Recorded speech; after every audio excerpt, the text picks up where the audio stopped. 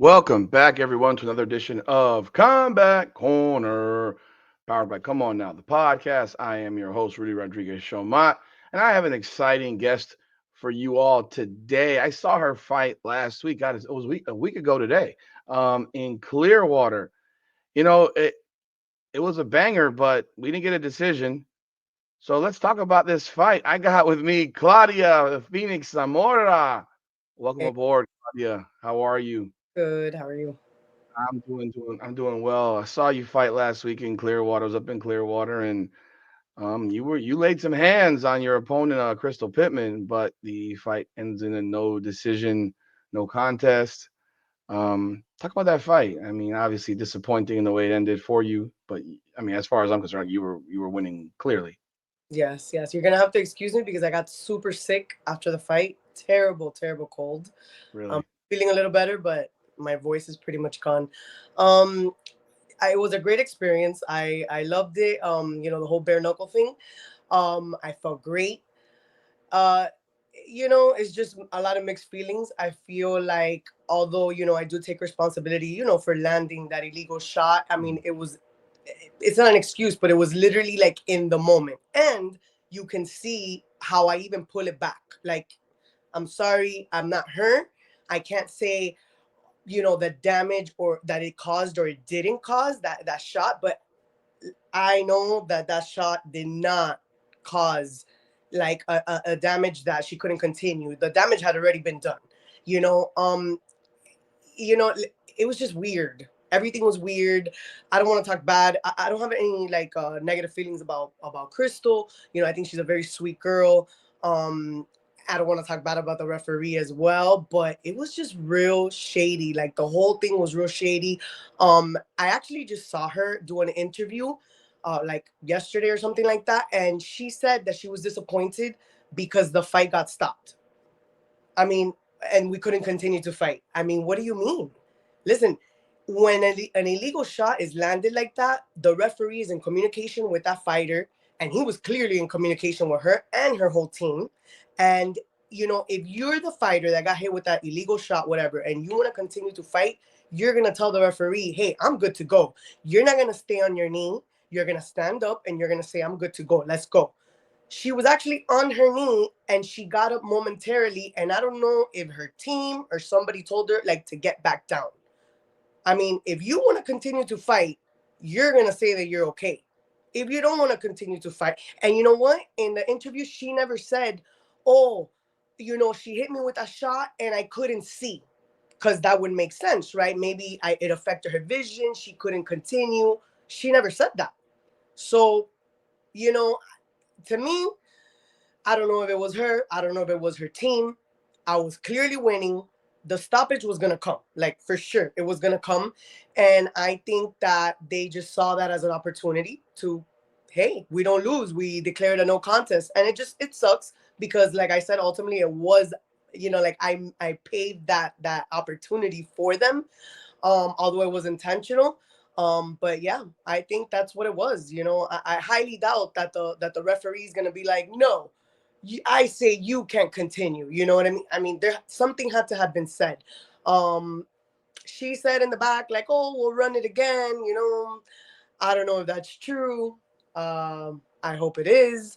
It just robs you of that moment. Although I know that I won, it just robs you of the whole moment. Do you think that you're in her back? I mean, she fights out of Clearwater, Tampa, St. Pete area. Do you think that had anything to do with maybe how the referee went? Because I mean, I was there. I saw the fight and I saw the replay. It's a little harder to see from Right the from the facility because of how it's set up and all, but right, on TV, I saw the shot. It was like, I mean, yeah, it was like almost like it almost seemed like a love tap type of thing yeah. to No, no, me. I'm a non-biased right, observer, and it looked like a love tap. I've seen fighters get hit with much bigger shots and right, continue to fight. I mean, hell, if you remember, Anthony Smith could have won a championship over John Jones in UFC, and with a knee to the face that rocked the crap out of him. And he said, "No, I'm good." He got his five, and he got up and he fought. Probably should have took the no con took the DQ win, Right. but he's not that guy. Right. I saw her face in the interview. That shot did not cause that eye to be No, big. no, no, no, no. That was from the beginning of the fight for Mm, sure. Like I saw the fight. You know, when I mm, went back home and I was able to watch the fight, and I'm just like, uh, I listen. When you're hometown, that's how it is. Like uh, I just it sucks because I feel like if you're a ref, you need to be like not biased. You need to do your job. I feel like there was some of that going on. Again, she's been with the promotion for a while. She has a lot of fights with the promotion. I'm not saying it was a promotion. I'm just saying that she's familiar with the whole crew, with the referees, and he is from that area. His name is Andrew, and you hear it in the fight. She's like, Andy, Andy, you know, you could just tell that there's a relationship there, a familiarity, or however you say it. yeah, Um, I don't know. I don't know if it was him. I don't know if it was her. I don't know if it was her team. I don't know if it was a combination because there was a lot. Like you see it. Like there was a lot of discussion going on between her, the team, the ref. It was just, I think at most it would have been like, and she's tough. She's a tough girl. So like you think she could have kept fighting. Or like I said, she could have said, oh, look, I can't see. I can't see through this eye. Okay, well then we can't continue. But she never said that. She never said that. So I don't understand why the referee would take it upon himself to just be like, no, we're not going to continue. I think it should have been a case of take a point away from me, maybe even 2 points, and then continue to let us fight. And again, it was gonna be a stoppage anyways. how many times did you? I mean, you had dropped her. I think at least twice, right? at, Or how many times? at least twice, yeah, because I Okay. think that he was saying I was pushing her, so like he didn't like shoving her, so he didn't Mhm. count one of them. But I mean, it's a fight. It's a Yeah. fight.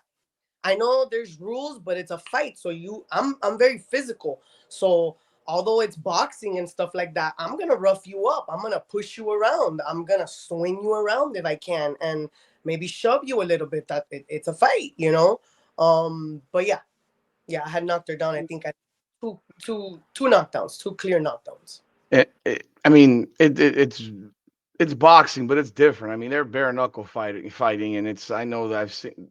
It's not the same. I mean, you're No, not. You it's get not. you get to do a lot more in bare knuckle than you get to do in a regular boxing match, and so if you had that opportunity to run it, I mean, you're obviously you don't even have a scratch on you right now. A No, week later, no. would you? I mean, is that something you'd want to run back as soon as possible if she's willing to do that? Otherwise, what would you want to do next? I mean, I know you fight in dirty boxing as well. I don't know if you're going back and forth or what the situation is there. Can you talk about that a little bit more? Yes, actually, yes, I am under contract with Dirty Boxing, and so they gave me permission to go ahead and Hmm. do this fight. They have a show coming up now, June 14th. Hmm. I don't believe that I am on that card. From what I understood, from what they told me was that if they didn't use me for like a show, then I could fight elsewhere. They would it was just the process. I would have to ask them, let them know, and they give me like a release for that specific fight. So I'm not in a rush. I'm just I mean, I feel good. I would like to get back in the ring, whichever promotion as soon as possible, to be honest. Because I kind of felt like unsatisfied. I really like the bare knuckle. Let me tell you, like I can't get over it because it's the first time that I had done it, and I loved it. Like my hands felt really really good. I feel like the gloves sometimes get in the way. They're like get in the way of you doing a lot of things. So I really like that experience. So I'm down to do it again as soon as possible. Nothing has been said, so but yeah, I'm just here waiting. Yeah, that was gonna be my next question. What do you find? What do you seem to like more? Because I mean, you've done MMA, you were in the PFL, dirty boxing.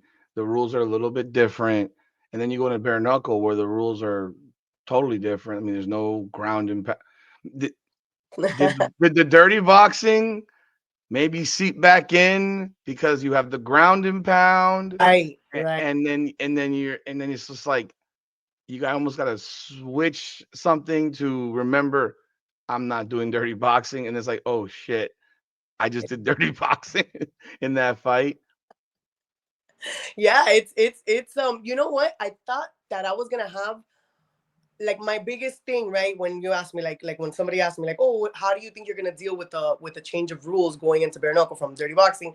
I'm like, you know what? I'm gonna probably have the hardest time with not spinning because it was happening to me in sparring. I was sparring, and it wasn't even like that I was throwing elbow. No, no, it was the spinning. I kept spinning, and I'm like, that's right, I can't spin.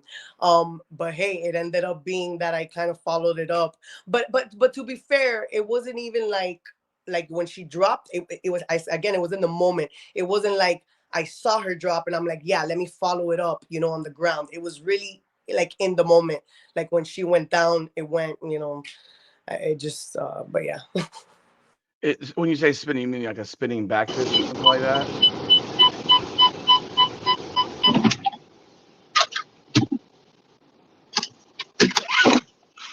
So that's like is that like some spinning back fist type of thing when you Yeah. when you talk about Oh, that? Okay.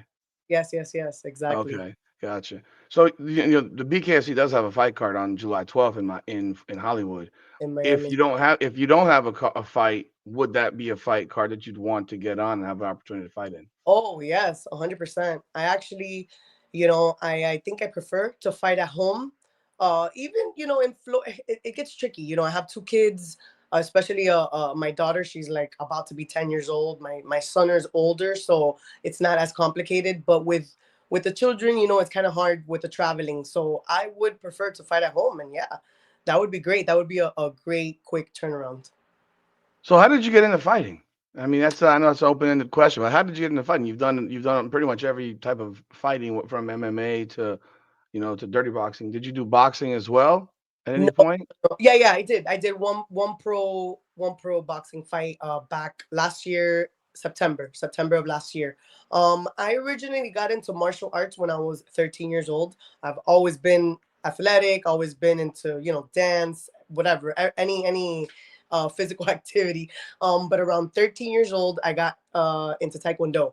I got into taekwondo and I competed through all my teenage years from 13 to like 17.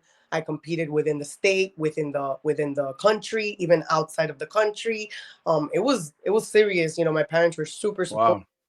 Wow. Um, I got my black belt, and even from then, I remember being a green belt, and we were at a nationals at a junior Olympics, and my coach back then, he was like, you know what? I'm gonna put this black belt on you. It's not, you're not a black belt, but I'm gonna put this black belt on you, and you're gonna compete in the black belt division. And I was like, oh, okay, all right. And I placed third in the nation, and mind you, with almost no experience, going up against these girls that were legit black belts. So I've always been competitive. I love competition. From then, I had torn my ACL. Getting ready for a U.S. Open, I tore my ACL. I never got the surgery. Shortly after that, I got pregnant with my son. So like my life kind of changed. But then in my 20s, I want to say that I got into weight training.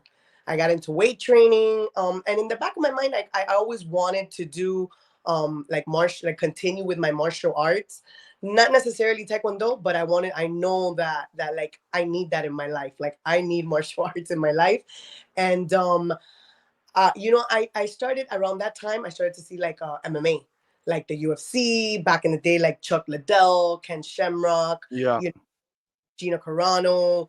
These were like the people that I was looking up to, especially Chuck Liddell. That has to be like my all-time favorite fighter. And I had the opportunity of meeting him at one of my fights. He was at one of my MMA fights in LA, and he came up to me. I won. He came up to me with his daughter. We took pictures, and I was just like, wow, I swear I can die happily now. I had my idol at my fight, and I won, and it was amazing. So then towards like the end of my 20s, I kind of started dabbling. I was teaching some boot camp classes because I was also a personal trainer. I was teaching some boot camp classes at an MMA gym. So like I would see the jujitsu and I would see, and I was like, ew, I don't think that I could do that. It's so sweaty. It's so disgusting. People on top of it. But crazy how life works. And but I did the jujitsu class. I got into it. I re-injured that knee that I hadn't gotten fixed, and I finally got the surgery. So like 10 years later, but I got it fixed. And then, Wait, you tore your ACL but didn't have surgery? yes, I spent like 10 years with no ACL. Shit. Crazy. It's heard of. It's heard of. It's not ideal, but it's heard of. But I feel like during that time, like I said, I got into the weight training, so that helped because Yeah. whenever you're like missing a ligament or you have like injuries, it's always very important to keep the rest of your body like strong so that it can support you. And I feel like that's what happened. But whatever, I got it fixed. And shortly after that, I met my boyfriend, which he is a retired MMA bare knuckle fighter. He's done it all. And I got pregnant with my daughter like within a few months. So I was like, Mm. okay, because in the back of my mind, I was like, I want to do this. I want to do the MMA. I want to do it. And I had her. I waited like a year. I was getting my body back, like to strong. And I was like, you know what? I'm gonna start doing some jujitsu tournaments just to kind of get back into that competition mindset. And I started to do that. I did like maybe 5 jujitsu tournaments, killed them all. People were like, "Are you sandbagging? You're not a white belt." I'm like, "I'm a white belt. I'm a white belt. It's just that I'm very like athletic." But I've never done jujitsu. I'm legit a white belt. Um, so I did like 5 of those, and I was like, okay, I'm going into amateur MMA. I did my 5 amateur fights, 5-0, all of them here in Florida. Yeah, all of them here in Florida. Killed it. Awesome. Went into the pro MMA, ended my career with a 5-5. It was bittersweet because I had certain goals within that MMA career. It was to make it to the UFC. I feel like that's the ultimate goal. I wasn't just fighting to fight. I love to fight, but it wasn't just to fight. It was to make it to the UFC.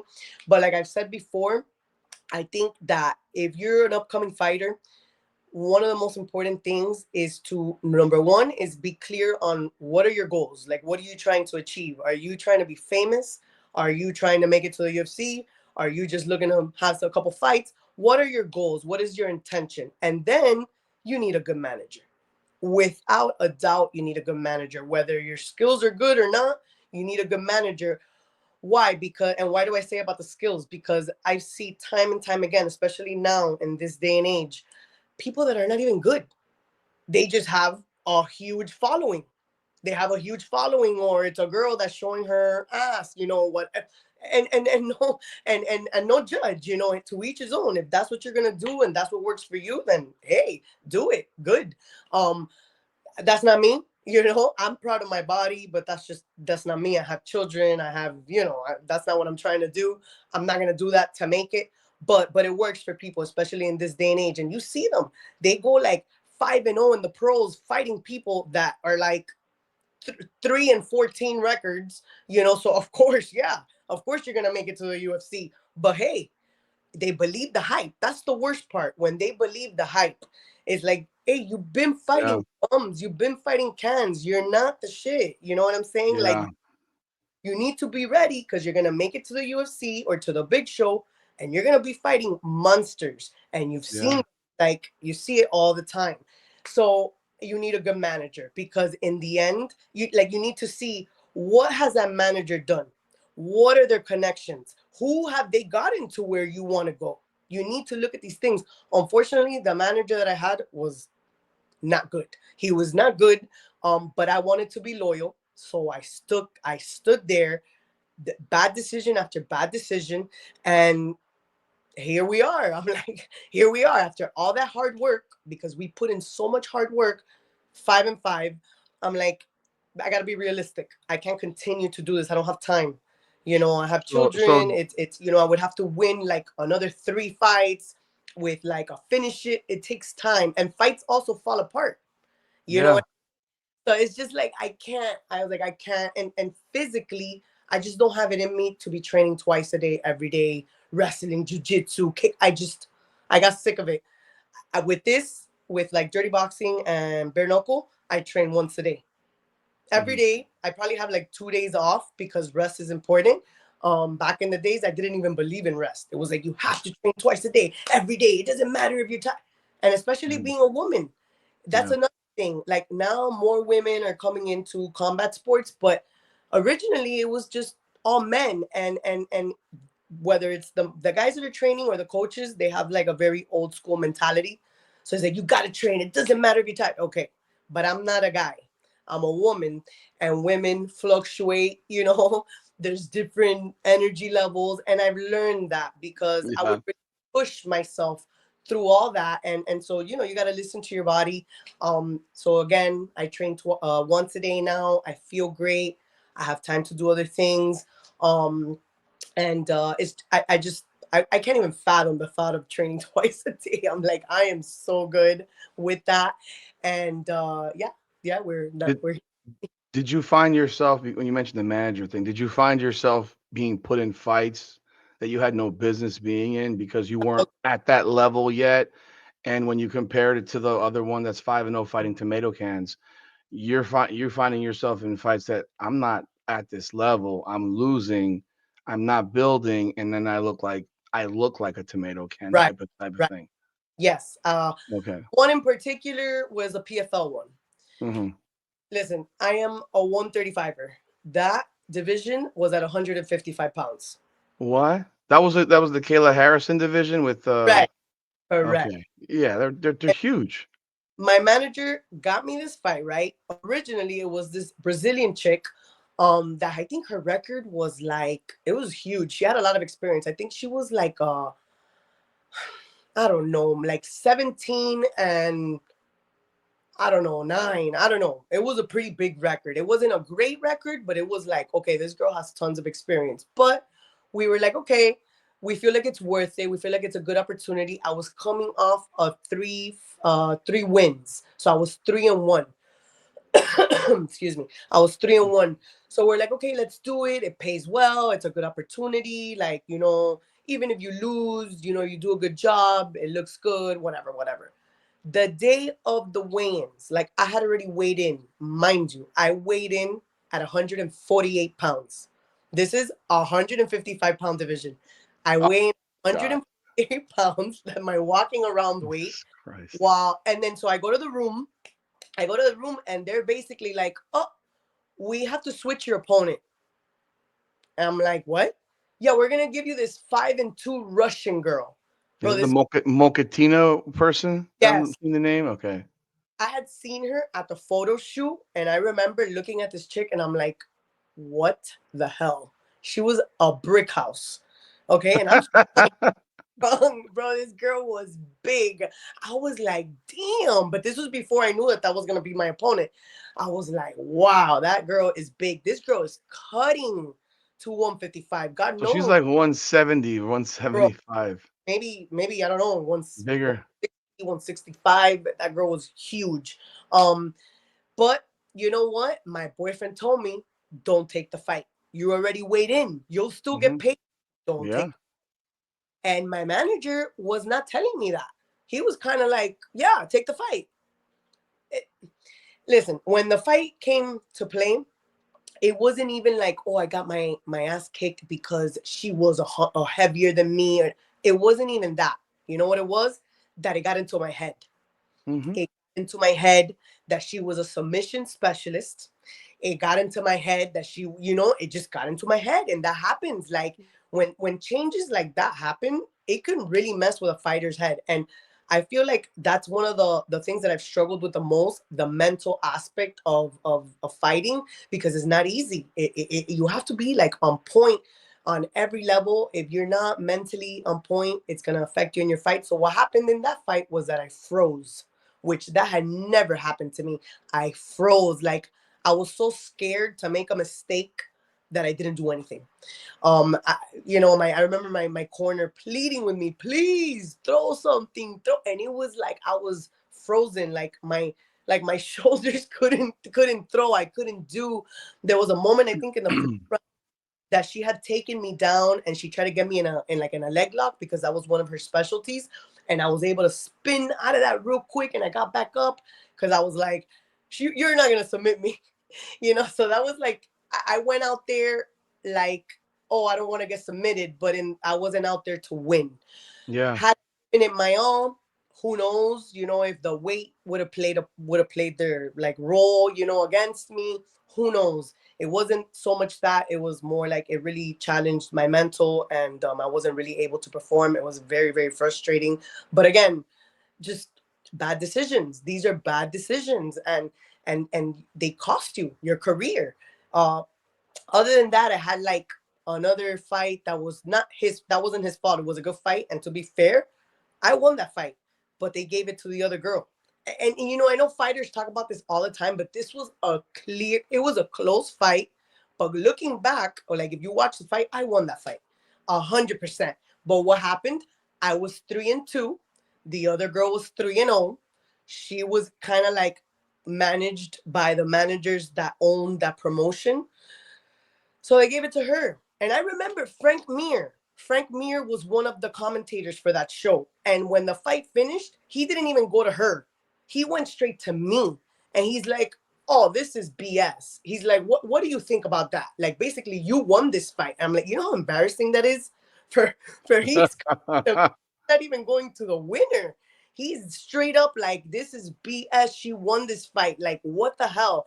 And I was like, listen, I guess I could have done more. And he was just shaking his head like, no, man, you did more. You did more. What do you mean? And I'm very hard on myself. Like, I'm the type that I take responsibility for what I do. I'm not those fighters that's like, it's the judge's fault. It's my coach's fault. It's my mom's fault. No, because in the end, I could have done more. I'm gonna stick to that. How I feel about that. I could have done more. I could have done more. I could have not lost that position. I could have elbowed her. I could have. I almost submitted her, and I slipped, and I did. So I take responsibility for that. But looking back, I do know that I won that fight. So it's just little things like that just really affect you, because it just sets you back. So then I was 3-3. It's just, Yeah. so you're like, damn, man, 3-3, like, wow. And then I won my next two, and then I lost my next two. So by 5-5, I was like, I'm done. I'm done. I can't continue to do this. I gotta move on. And so I was retired. I was Yeah. 100% retired. And I think maybe a year or like 9 months had gone by, and the bare knuckle fight with Crystal Pittman showed up. That opportunity showed up for the Knuckle Mania in LA in 2004. That was for Yeah. April 27th to April 20. last year. Yeah. And it was, again, BS. I got ready for it the week of the fight. California requires They the got most. rules. They got some rules there. I can't deal with them. I had already fought there, so I knew what I was in for. MRI, EKG. It has to be a specific eye exam. Like, just ridiculous compared to Florida. Uh, Crazy. Florida's very like laid back. Blood work. I Yeah, I'm aware. I've had interviews with fighters who have said, yeah. Well, exactly. So I knew what I was in for, and listen, the week of the fight, they canceled my fight. I'm like, the commission didn't agree with my MRI, neurological MRI, one of the results. Jesus. The doctor, the neurologist had cleared me. I was good to go because he had requested like a second exam just to check something. And once he saw that, he was like, you're good to go. But when they got wind that he had requested like that little extra, they were like, no, she's not going to compete. The week of the fight, after we had invested all that time, all that money, all that, just it was devastating. It was truly devastating. I was crying. I was like, here we are again, because this is not the first time that fights have gone canceled. And it's just like, I think that's the worst. I think that Yeah. is one of the worst things, when your fights get canceled. So yeah, I was in that position. So it so after that, I was like, wow, like I am so like ready for this. And now I just had to wait. The boxing came up. The pro boxing came up in September. And so I took this fight again. I was debuting, the girl was debuting, but she was a monster. This girl was like a amateur Olympic qualifier champion. Stephanie Simon. She's a beast. She was also like a Marine, an ex-Marine that led a group, a whole thing of men. This girl's a beast. She's a beast. And I didn't even realize it until like after the fight. Like I knew some things, but I didn't even realize it. Long story short, it ended in a decision. She beat me, but let me tell you, I gave her a hell of a fight. I was like, I'm gonna go out there and I'm gonna throw and I'm gonna put the pressure and I'm not gonna move back. And that's exactly what I did.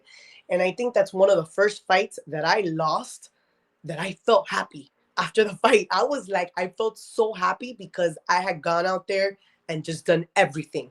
And that's like I tell you, as a fighter, I feel like that's so important because you have fights that you lose, and then after you're like, damn, I could have done this, I could have done that, I could have gone, and that's the worst feeling. And that fight, I didn't feel like that. I felt like, no, I lost, but I went up against somebody that was like legit, and I did everything that I could. But again, we go back to the gloves and the boxing. I didn't like it. I didn't like it. Like it's just the gloves are so big. You can hide behind the gloves. You can't pull on the head. You can't. It's just a lot of rules. And I'm just good with boxing. Again, if you're gonna do boxing, especially in this day and age, right? Nobody's gonna invest in me. I'm older. They're looking for like a 20-year-old girl that has a big following. She doesn't even really have to be that good. If she's good, that's a plus. But that's what they're looking for. They're looking to build those kind of. So I'm realistic. I know what's up. I know how the business goes. I know it's business. So why am I gonna continue to try to compete in boxing for what? Just to fight? No, they're gonna keep putting me up against these girls that they're trying to build up, and then that's not what I'm trying to do. So I was like, I'm good. It was a good experience. We fought on that all-female card with Alicia Baumgardner up in Atlanta. It was amazing show. I really loved it. Um, and then the dirty boxing came up. The dirty boxing came up here in Miami, and I was like, I know that I gotta get on that card. Me and my boyfriend always practice the elbows. So like I was like, this is gonna be good. And we did it. We did the private event that they had in November. Yeah, Yeah. November 23rd of 2024. It was awesome. Amazing. I think I was able to finish her in the first round. Another girl she's actually she was a champion for BYB, Monica Medina. She's no slouch. So it was awesome. I was able to execute exactly what I wanted to do. I felt great. Boom, fast forward, we have the last Dirty Boxing show that just happened in March 22nd. Not my best performance. I think that the styles just didn't really give. Like the girl that I fought, her style is a lot of like movement. Yeah, technical point fighter. Okay, here we go. Yeah, Okay, go ahead.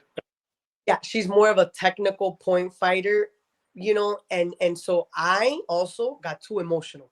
I got extremely emotional for this fight. Like she had called me out and I took offense to that. So at the weigh-ins, I got in her face and it was just like, that doesn't work for me. I realized that doesn't work for me. I think there's fighters that need that. They need to like hate their opponent and get upset, and that does not work for me. I will never do I, that again. yeah, that's actually kind of funny that you mentioned that because when I was talking to Britton Hart a couple of weeks ago and talking about almost like character development and character evolution, and Conor McGregor being in the BKFC now as a part owner, and the way his style was, he talks, he's a promoter 24/7, and there are people that are just old school that are not about, like, they're not into that. So we were talking about how she's talking about, it's if it's not authentic to you, it doesn't work for you. Right, So you have to have it be authentic, because if it's inauthentic, like the talking shit, all that trash talking and shit talking, if that doesn't work, if that's not your authentic self, all that's gonna do is put pressure on you, to me.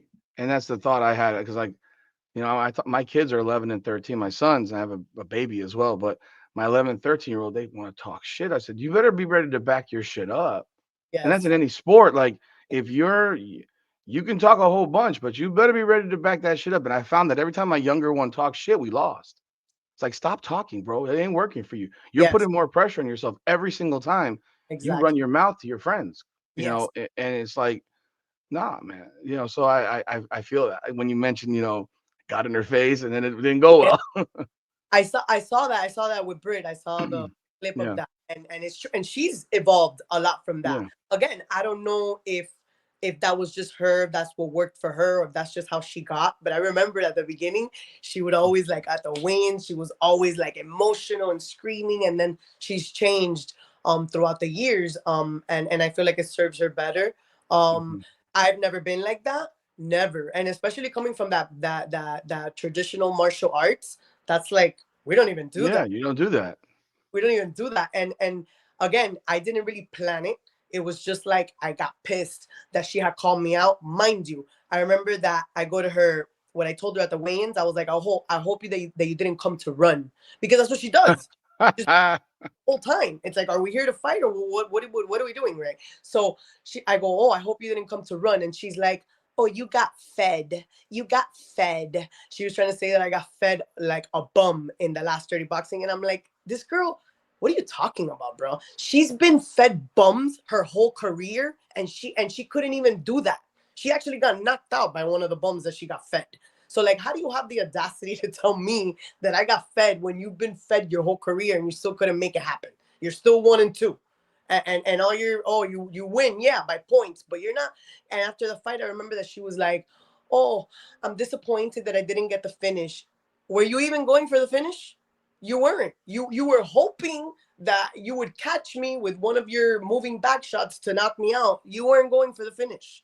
So her style and me being all, like it just didn't help me. So it didn't help to give a good fight, like at all. I actually came alive, like at the end of the second round, going into the third. That's when I Yeah, warmed up, and I started. Had I started like that from the beginning, I think I believe it would have been a much different fight. I also didn't warm up, which I don't know, like what I was thinking back there. I was like, I don't know, I didn't warm up. So I was like, you know what, going, and it wasn't my coach, it wasn't my boyfriend. I was like, nah, I don't need to warm up that much.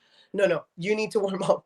So for this last bare knuckle fight, I was like, oh, we're warming up. Even for sparring, like every we spar Wednesdays and Saturdays. When I would get to sparring, me and my boyfriend would go to the side while everybody was stretching and doing their own warm-ups. We were warming up like exactly how we were gonna warm up before the fight. The same. Like pretend that you're gonna go into your fight, warm up, and then that's how we were doing it. So over there, the show was outside. It was like in that OCC. You were there. You were there. I was there. Yeah, it was hot. It was hot. It was so hot. We were back there and they had some tents and all that. But once the sun went down, it got a lot better. But you know what? It didn't even matter because our gym doesn't have AC. Our gym doesn't have AC. So to me, I was like, yes, this is perfect. We train like this. It doesn't matter. So I already had that mindset. I was like, yes, we're back there and we warmed up so, so, so good. And I was like, just so ready, so ready. And you could tell, like from the beginning, I was warmed up and ready to go. And to be honest, I don't think that Crystal or her team really did their research, because like in the fighter meetings, like what they said that she said was that she had to like that she thought that I would gas out as the rounds went on. I was like, girl, you don't want me to get to the fifth round. I'm gonna be way more warmed up in the fifth round. So I feel like I'm dangerous in the later rounds than the first rounds. I've had that happen to me where I come alive later on, like in the second or the third, like in MMA. So to me, I just know going forward, I have to have a proper warm up, and yeah, that's like a key, very important to my performance, to have a really good warm up, and I'll be all right. I'll be good to go. Well, Claudia, I greatly appreciate your time and telling your story and how you got here. I hope we get to see you again soon. Hopefully in July, at BKFC if Dirty Box doesn't have anything for you next month. But I thank you so very much for jumping on with us today, folks. This is Claudia the Phoenix Zamora. I was at the fight. I thought she won the fight. I was surprised at the stoppage. My wife was next to me. She's like, "They stopped it." Again, we couldn't see the shot on the Right. on there, and I saw on TV. I'm like, "Wow." Yeah, it Hopefully, was hopefully, you get to run it back with Crystal Pittman, and we get to get a resolution to this conflict. But right. No, that what is your social media? Let people know where they can find you. So and I'll link it in the description as well. Claude_Strikeforce. Okay. Thank you. Wherever. Thank you for having me. You're super cool. Th- Thank thank you again, folks. This is Claudia Phoenix Zamora. And be sure to check this video out and all the clips and everything and go learn more about her as we continue to build Combat Corner. Powered by Come On Now, the podcast. Come on now. Up and down through the blood and the sweat. Guarantee you can know I'm a threat. Up and down through the blood and the sweat. And I ain't close to being done yet, I'm going all in.